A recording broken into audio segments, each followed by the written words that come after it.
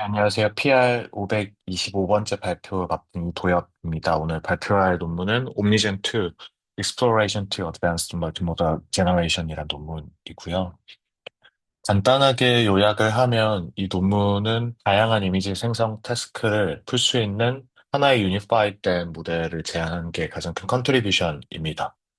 그리고 모델 구조적으로는 하나, 모다리티 스페시픽 파라미터라고 부르는 사실 간단하게 말하면 언어를 처리하는 부분과 이미지를 처리하는 부분에 파라미터를 구분을 하고 이미지 토크나이저도 다른 걸 써서 좀 효과적으로 다른 모달리티를 처리했다. 그리고 기존에 사용하는 LLM의 캐파빌리티를 유지하면서도 이미지 생성 모델을 잘 학습시켰다라는 컨트리뷰션이 있고 가장 중요한 게 데이터 컨스트럭션 파이프라인, 다양한 태스크들을 학습하기 위해서 직접 데이터 컨스트럭션 파이프라인 만들고 추가적으로 이미지 에디팅 또는 컨텍스트 제너레이션을 위한 데이터셋을 구축했다라는 컨트리뷰션이 있고 언어 모델에서 COT 같은 걸 보여주고 있잖아요. 테스트 타임 스케일링이나 아니면 셀프 리플렉션을 하면서 결과를 좋게 만들어 나가는 리플렉션 메커니즘이 있는데 이미지 태스크에서도 가능하기 때문에 이런 것들을 적용해서 도입해봤다. 도입해서 적용해봤다라는 걸 보여줬고 마지막으로 평가도 되게 중요하기 때문에 인 컨텍스트 제너레이션을 위한 옴니 컨텍스트 벤치마크를 제안했고 가장 중요하게는 이 모든 걸 다 오픈소스로 공개했다라는 컨트리뷰션이 있습니다. 네, 말로 설명드리는 것보다 직접 예시를 보면 좋은데, 예를 들면 다양한 태스크라는 게 가장 기본적으로는 메인 윗줄에 있는 텍스트 투 이미지 제너레이션을 할 수 있고요. 그 이외에도 이미지 에디팅, 어떤 이미지가 주어졌을 때 어떤 텍스트를 주면 그 텍스트 인스트럭션에 맞춰서 이미지를 하나하나 바꿔 나간다든지, 인 컨텍스트 제너레이션이 흔히 말하는 subject driven generation이라고 볼 수 있습니다.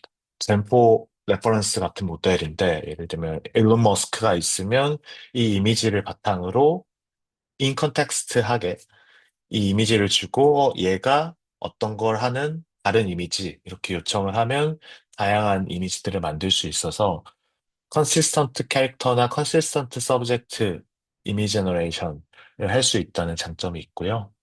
뭐 이외에도 셀프 리플렉션이란 태스크는 요건 그냥 챗 ML 스타일의 뭐 시스템 프롬프트, 유저 프롬프트가 들어있는데 한 번 이미지를 만들고 A photo of a yellow broccoli를 만들려고 했는데 그냥 브로콜리를 만들었잖아요. 그러면 셀프 리플렉션 또는 리플렉션 태스크가 어떤 거냐면 AI가 알아서 이걸 보고 브로콜리가 속색인데 유저는 옐로우를 요청했으니까 컬러를 다시 바꿔야 된다 하고 다시 인스트럭션을 만들면 이거 바탕으로 다시 만들고 그래서 만약에 만족이 됐다면 이제 스탑하고 만족이 안 됐다면 다시 다음 턴으로 넘어가면서 체인 오브 톳과 같이 테스트 타임의 인퍼런스를 계속 수행하면서 좋은 결과를 내기 위해서 결과를 생성을 지속해 나가는 겁니다. 이외에도 지금 VLM에서 보여주고 있는 이미지 언더스탠딩 태스크도 같이 풀어볼 수 있고요. 뭐 에디팅 같은 경우에도 스타일을 바꾼다든지 아니면 어떤 옷의 컬러만 바꾼다든지 아니면 이런 것들도 되게 많이 쓰는 어플리케이션인데 어떤 이미지 주어졌을 때 그 이미지에 있는 오브젝트를 익스트랙션해서 그린 스크린을 만든다든지 백그라운드를 아예 없애버린다든지 아니면 기존에 있는 이미지에 어떤 오브젝트 모자나 이런 것들 더해주는 태스크를 할 수도 있고 뭐 기존에 있었던 오브젝트, 뭐 이렇게 칼이 있는데 칼을 뭐 망치로 바꿀 수도 있고 표정을 바꿀 수도 있고 이렇게 다양한 에디팅 태스크도 한 모델에서 지원을 하고 있고 뭐 인컨텍스트 제너레이션 같은 경우에도 보면 이런 탁자 주어지고 이런 새 사진 주어졌을 때 이 오브젝트랑 씬을 합성하는 것도 가능하고 두 애니메이션 캐릭터를 합성하는 것도 가능하고 오브젝트 리플레이스먼트 이런 사과를 고양이로 바꾸는 것도 가능하고 이렇게 다양한 시나리오의 태스크들이 가능할 텐데 이런 태스크들을 모두 지원할 수 있는 하나의 모델을 학습했다는 게 이 논문의 가장 큰 컨트리뷰션입니다. 실제로 오픈소스 되고 나서 굉장히 빠르게 업데이트를 또는 유지보수 그리고 많은 유저들의 이슈를 확인할 수 있고 벌써 뭐 GitHub 스타가 3K가 넘어 정도로 많은 사람들이 관심을 가지고 있습니다. 그러면 이런 태스크들이 어떻게 가능하게 됐는지 모델 아키텍처부터 설명드리도록 하겠습니다. 사실 모델 아키텍처 굉장히 간단한데요. 옴니젠 이게 2기 때문에 사실 옴니젠 1도 있습니다. 1의 아키텍처도 있고 논문에는 어떤 구조적인 변화를 만들었는지도 설명을 해주는데 굳이 그런 걸 비교할 필요는 없고 옴니젠 2 아키텍처만 한번 보면 사실 오토리그레스 트랜스포머 그리고 이미지 생성을 위한 디퓨전 트랜스포머가 둘 다 존재하는 상황. 그래서 앞쪽에 있는 오토리그레스 트랜스포머는 흔히 우리가 생각하고 있는 랭귀지 모델이 되고요. 예를 들면 어떤 시스템 프롬프트가 있을 수도 있고 유저의 이미지 입력이 있을 수도 있고 그다음에 텍스트 인스트럭션 또는 텍스트 프롬프트가 주어질 수 있는데 이걸 그냥 먼저 언어 모델 태워서 라스트 레이어 임베딩을 구하게 됩니다. 그리고 사실 이제 이미지를 만들어야 된다라는 것도 학습해야 되기 때문에 텍스트의 마지막 토큰은 이제 마지막으로는 이미지 토큰을 프레딕션 하게 되고 이 이미지 토큰은 기존의 LLM에서는 뭐 존재는 하지만 이미지 생성을 하도록 학습되지는 않았기 때문에 요거 요 토큰은 추가적으로 학습을 하게 됩니다. 그리고 먼저 언어 모델이 이렇게 유저의 입력을 쭉 받고 라스트 레이어 임베딩 히든 스테이트를 구하게 되면 이 히든 스테이트를 컨디션으로 해서 디퓨전 트랜스포머에 집어넣게 되고요. 그러면 디퓨전 모델은 이제 노이즈에서부터 어떤 이미지를 만드는데 기존에 있었던 LLM의 히든 스테이트를 컨디션으로 받고 이걸 조건으로 해서 이걸 만족하게 이미지를 생성하는 구조가 됩니다. 그래서 생각보다 굉장히 간단한 구조로 되어 있고요. 조금 모델 디자인에서 스페셜 컨시더레이션이 들어간 건 예를 들면 인 컨텍스트 러닝 제너레이션을 한다고 할 때 우리가 이 이미지를 주고 얘의 옷 색깔을 드레스 색깔을 블루로 바꿔줘 했을 때 이렇게 되게 되는데 기존 언어 모델들은 사실 생성을 위한 생성을 배우진 않고 이미지 언더스탠딩 태스크를 위주로 배웠거든요. 그래서 거기에서 사용하는 VIT 토크나이저는 어떤 이미지의 디테일들을 모두 다 인코딩 하진 않습니다. 그래서 많은 연구들이 이 자리에 흔히 이미지 생성에서 쓰는 VA 토크나이저를 집어넣고 그걸 학습하려고 했는데 그렇게 되면 기존의 LLM이 배웠던 널리지랑 미스매치가 있어서 성능이 떨어지는 이슈가 있었습니다. 그래서 그냥 언어 모델 쪽에서는 언어 모델에서 썼던 VIT 토크나이저를 그냥 그대로 쓰고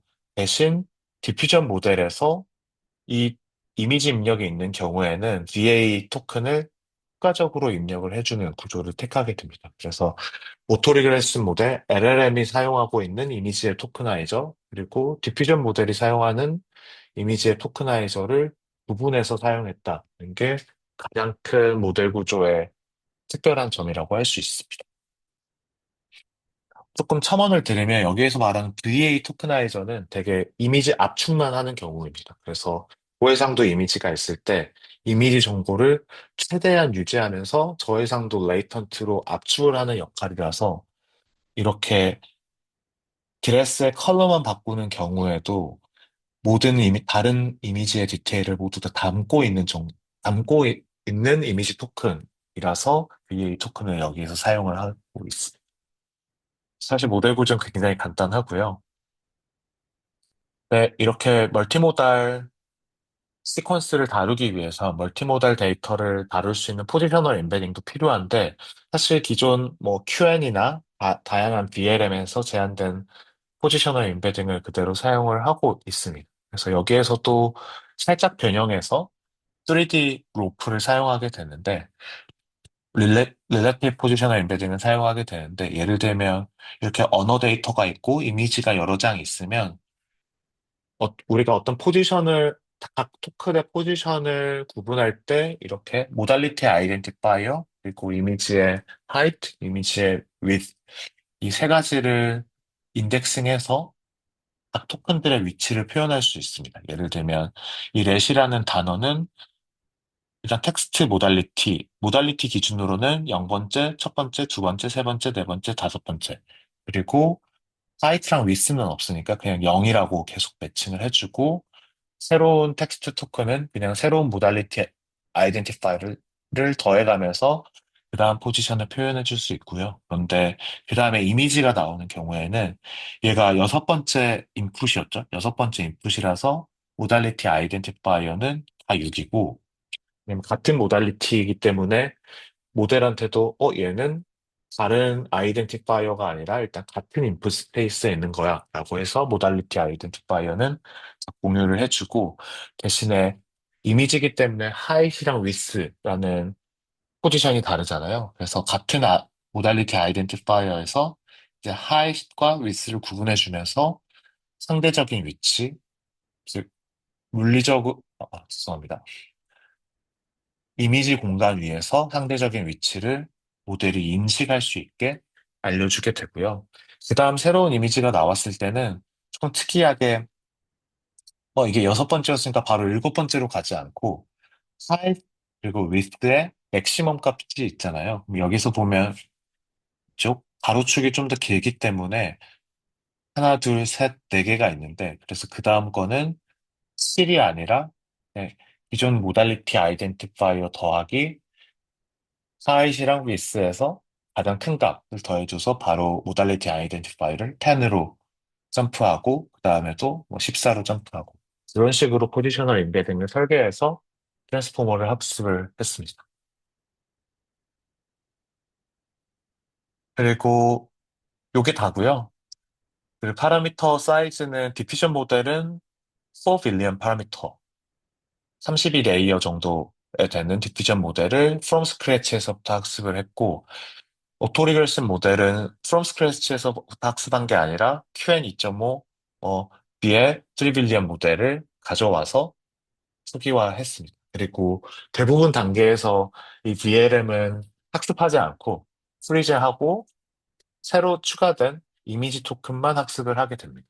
그래서 크게 세 단계로 학습하는데 먼저 디퓨전 모델 T2I로만 학습을 쭉 하고 그 다음에 두 번째 스테이지에서 믹스 태스크, 다양한 에디팅 태스크나 인 컨텍스트 제너레이션을 진행을 하게 됐고 세 번째 단계에서 아까 봤던 체인업 똑같이 멀티모달 리프렉션 태스크를 학습하게 됩니다. 주의할 점은 마지막 이 세 번째 단계에서는 언어 모델도 새로운 텍스트 제너레이션을 하는 즉 리플렉션을 자기가 하도록 학습해야 되기 때문에 마지막 단계에서는 모든 파라미터가 언프로즌 돼서 학습이 되게 됩니다.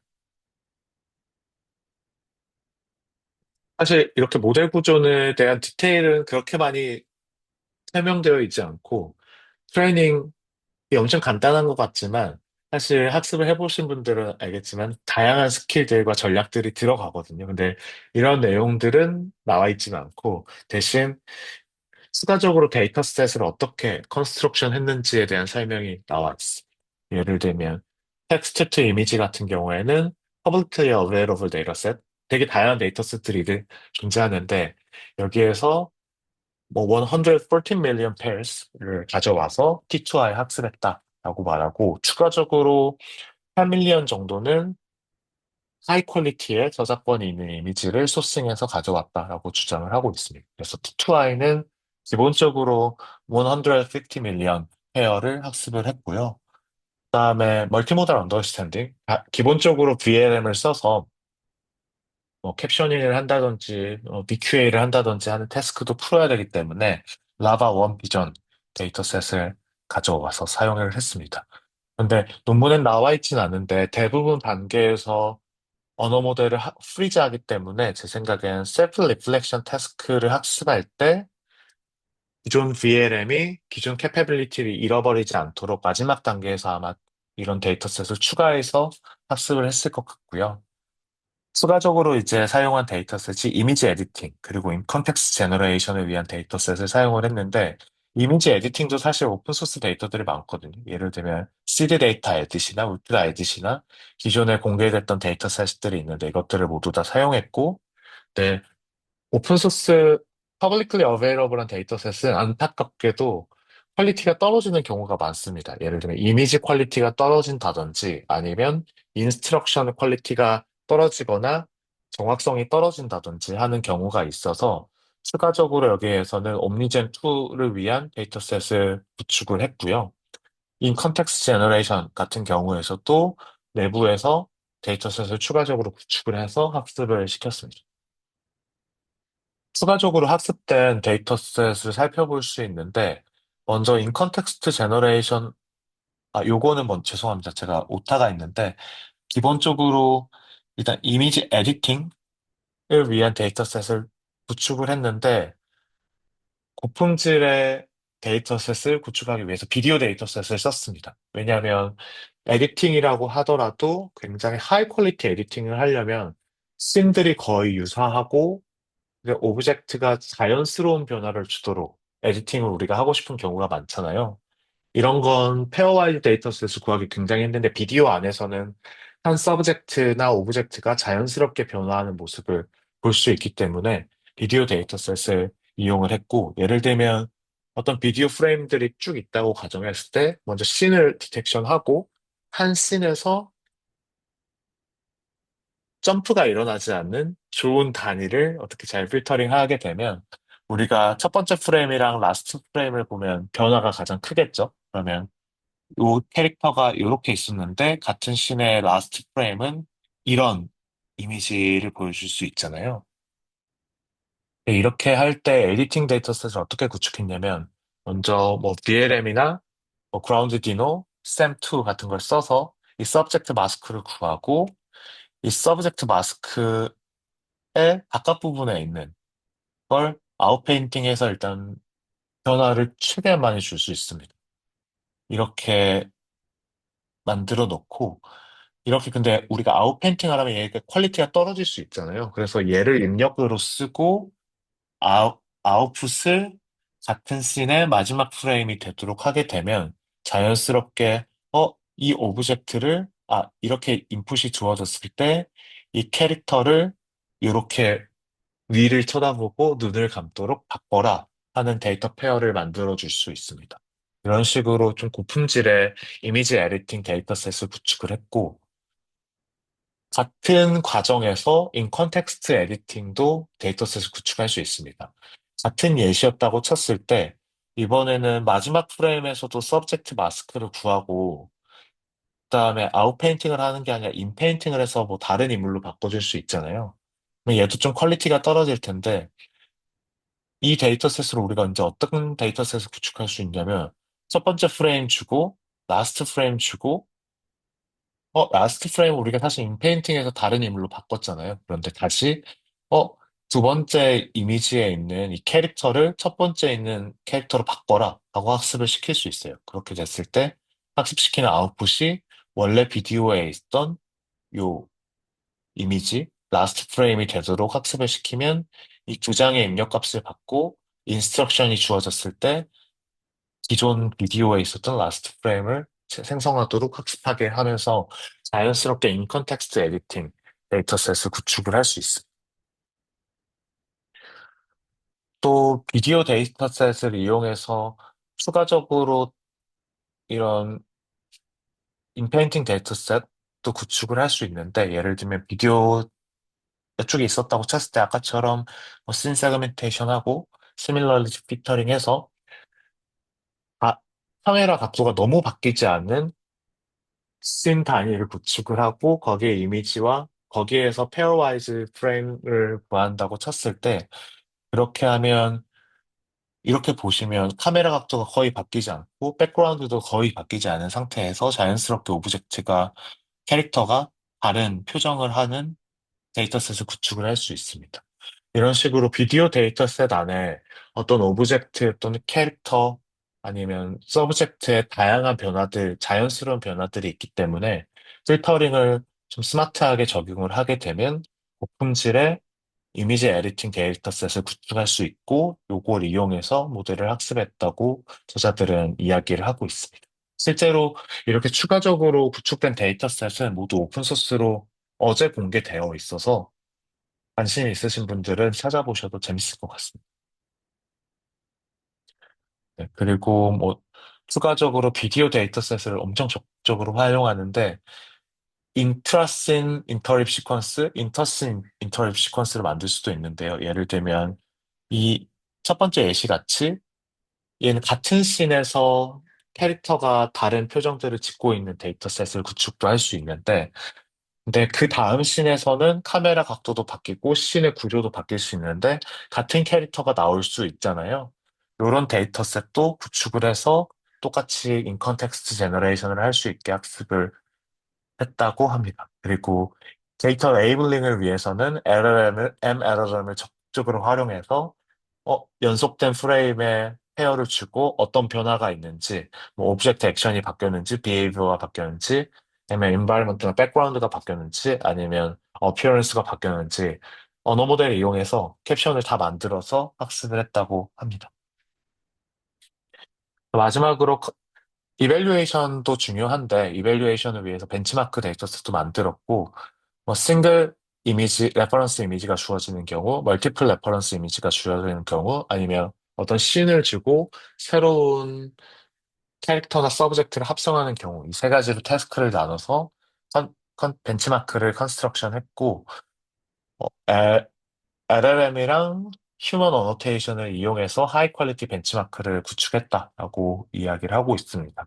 제가 슬라이드엔 적진 않았지만 총 8개의 서브 태스크 그리고 각 태스크는 50개의 샘플을 구축해서 서로하게 이밸루에이션 할 수 있는 벤치마크를 만들었고 근데 그러면 만들어진 이미지를 어떻게 평가하냐면 이것도 요즘에 좀 사용하고 있는 방식인 것 같아요. 뭐 완벽하게 캘리브레이션 되는지는 모르겠지만 인풋 이미지 주어지고 뭐 인스트럭션 주어져서 제가 어떤 아웃풋 이미지를 만들었다고 하면 프롬프트를 얼마나 팔로잉 했는지 아니면 서브젝트 컨시스턴시가 얼마나 높은지를 평가하기 위해서 뭐 찝찝 4.1의 프롬프트를 잘 적어서 주어주면 얘가 그냥 점수를 내뱉고요. 근데 그냥 점수를 내뱉어라고 하면 잘 안 되기 때문에 먼저 레이셔널을 만들라고 평가하고 프롬프트 팔로잉이 왜 잘 됐는지 잘 안 됐으면 뭐가 잘 안 되는지 적어봐 하고 쭉쭉쭉쭉 적은 다음에 이런 걸 종합해서 점수를 매겨줘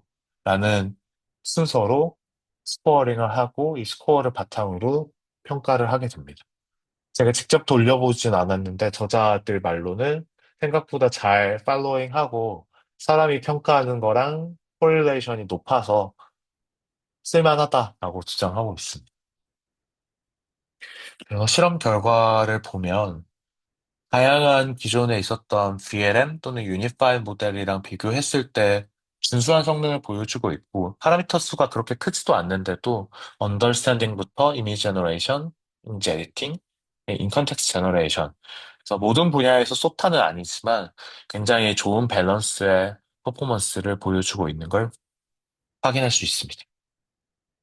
그리고 뭐 젠 1의 T2i 성능 같은 경우에도 꽤 높은 성능, 이 첫 번째 라인은 젠입에 프롬프트 인앤스가 있으면 그걸 그대로 생성에 적용한 경우고 두 번째 경우에는 LLM으로 프롬프트를 리라이팅해서 좀 더 고품질의 캡션을 먼저 만들고 그걸 이용해서 이미지를 만든 경우인데 흔히 사용하는 테크닉이라서 둘 다 레포트를 했는데 모든 분야에서 소타라고 말할 수는 없는데 거의 소타에 가까운 성능을 보여주고 있습니다. 보시면 이 베이글이라는 모델이 성능이 생각보다 높은데 거의 유사한 성능 77이면 75, 78, 71 여기에서는 좀 떨어진 것 같고 포지션은 95, 98, 79, 74 이런 식으로 거의 소타에 가까운 성능을 보여주고 있다고 주장합니다. 근데 이 베이글이란 모델이 파라미터 수도 더 많고 데이터셋도 제가 알기로는 1400 빌리언 데이터 페어를 학습해서 훨씬 더 라이트웨이트하면서 적은 데이터셋을 학습했지만 더 잘 된다라는 걸 주장을 하고 있고요. 그리고 퀄리티티브 리절트를 확인하더라도 생각보다 고품질의 성능을 보여주고 있습니다. 제가 볼 때는 이런 텍스처들을 보면 딱 AI가 만든 것처럼 좀 컨트라스트가 강하고 텍스처에 디테일이 없는 그 특유의 특성이 있는 건 아쉽지만 잘 만들어주고 있다고 볼 수 있습니다. 그리고 이미지 에디팅도 벤치마크들이 존재하는데 뭐 더하는 태스크, 어드제스트한 태스크, 익스트랙한 태스크, 다양한 태스크에 대해서 평가하는 벤치마크가 있나 봐요. 여기에 대해서도 꽤 준수한 소타에 가까운 성능을 보여주고 있고, 실제 퀄리티를 보더라도 처음 소개해드린 것처럼 다양한 태스크 스타일을 바꾼다든지, 컬러를 바꾼다든지, 뭐, 모션을 바꾼다든지, 백그라운드 바꾼다든지, 뭐 오브젝트 리무버를 한다든지, 다양한 태스크에서 준수한 성능을 보여주고 있습니다.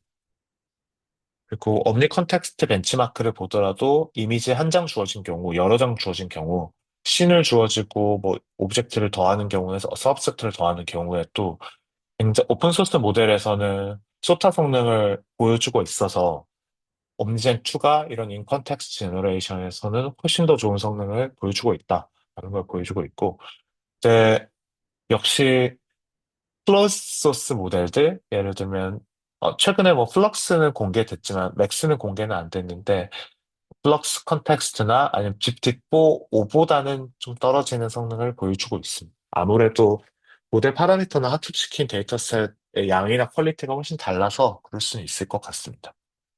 근데 흥미로운 점은 제미나이 2 플래시의 성능은 인 컨텍스트 제너레이션에서 굉장히 안 좋았다라고 레포트하고 있는 게 흥미롭고요.